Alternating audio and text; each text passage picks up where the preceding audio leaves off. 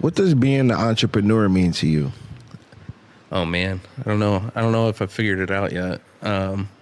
Still trying to figure it out. But for me, I think, that's the appeal to Canton, is that I feel like this is really a entrepreneurial playground. So you got an idea, like I said, Seattle was expensive. Nashville was getting expensive. Here, I mean, not that it's free to live here, but like the cost of living is significantly less. When I was in Nashville and I was thinking about owning a restaurant, we looked at a property and it was like crazy how run down it was, and it wasn't in a good location. It was like $1 million. And then we moved here and we got like a building that was like 8 times the size of the one we looked at, and it had like parking and all this. It was affordable. Yeah, immediately. It was like, oh my gosh, it's a no-brainer, So, but I think, for me as like an entrepreneur, I'm not really ever trying to figure out like the next trend or the next best thing or anything like that. I just want to see cool things happen in Canton. Like I don't have a need to hop in my car and drive to Cleveland every time I want to have something fun to do. That's real, man. So that's like, real. That's so real. And it's so fun right now because like, like we were kind of talking while we were on break there, like we got the Oracle.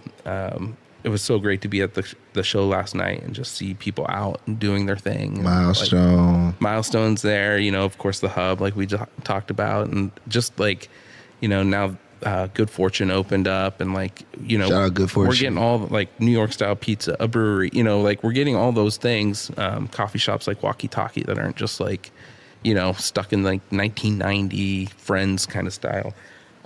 So it's fun to see people kind of like taking their, for me, when you're an entrepreneur, you're taking your lived experience and your passion for whatever it is, and you're putting those two things together. So, for me, my lived experience being in other places, people would come into the deli when we first opened. Mind you, this is 11 years ago. We could totally like redo the whole thing now and make it a little more fresh. But 11 years ago, they're like, this is like a place you'd see in New York City, or, and I was like, well, I mean, I guess I didn't think of it that way, but like I lived in Seattle and Nashville, and, those are lived experiences that somehow come through me, That's exactly even when I'm not trying to do that exact thing. That's how I felt like it was the Oracle, and I think it's being from here, and when you go to other places, like bigger cities, and then you come back to Canton, you're just like, oh man, we don't have this. So like as an artist, when I go to the Oracle, it's not as big, but it kind of does feel like House of Blues or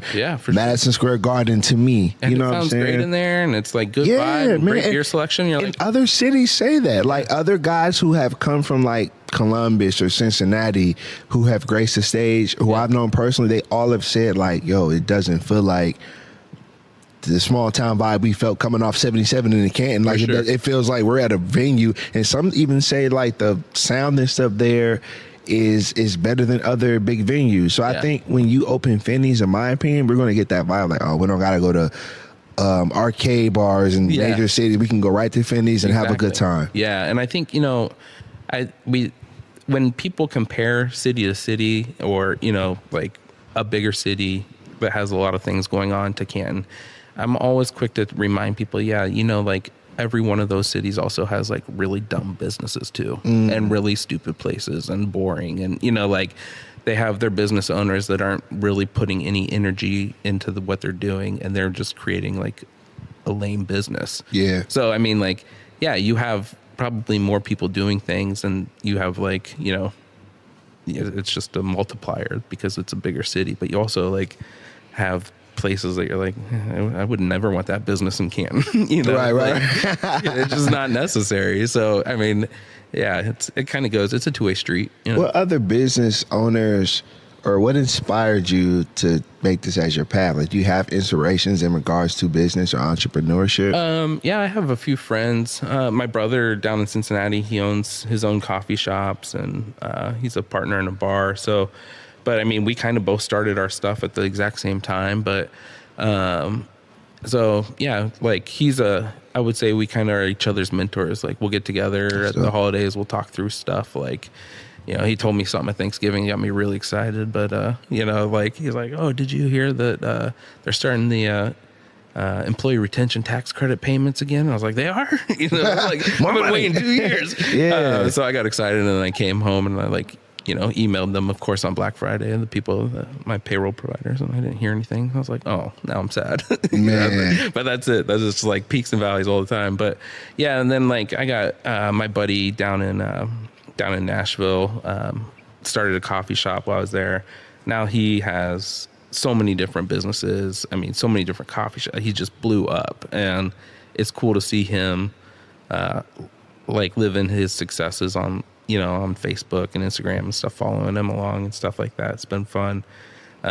Again, he's in a much bigger market, and like it would be not uncommon to be in line behind like the Black Keys in there or something in his coffee shop, so Man. like he hit a niche right at the right time. So I'm glad for him. It's really cool to see him keep doing that. But yeah, and I mean, it's funny because you start learning, you'll talk to people and they're like, oh, I own a business. And then you like get to know them better. And it's like, it is kind of like that kindred spirit when you get to know people. So, it's fun to be downtown. Really, I love the community that's down here. So like literally anywhere I go, I'm probably having a conversation with the business owner. We got some culture here. Yeah. Like I've been trying to preach that for years. Yeah. You know what I'm saying? Even before I was introduced to all these other businesses, like I've always said, like there's a culture here. There's a way we walk and way we talk here too. But there's also a market here for businesses that you want to do. Like don't sleep on it just because we're a small city. Absolutely. We have potential here. And we have also. potential, but we have a loyal fan base too. We have do. people that will show up, want to support you, want to like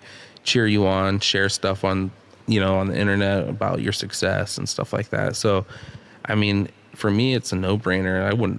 I would never want to be in Belton Village. Like people up there don't care about like seeing like the local place survive. They're just mad because someone didn't turn left and like held up all the traffic for the rest of the day. Man. So, but yeah, I love being down here, and yeah, all the business owners down here are great people. So it's always cool to like get to shoot with them and hang out and stuff like that. So.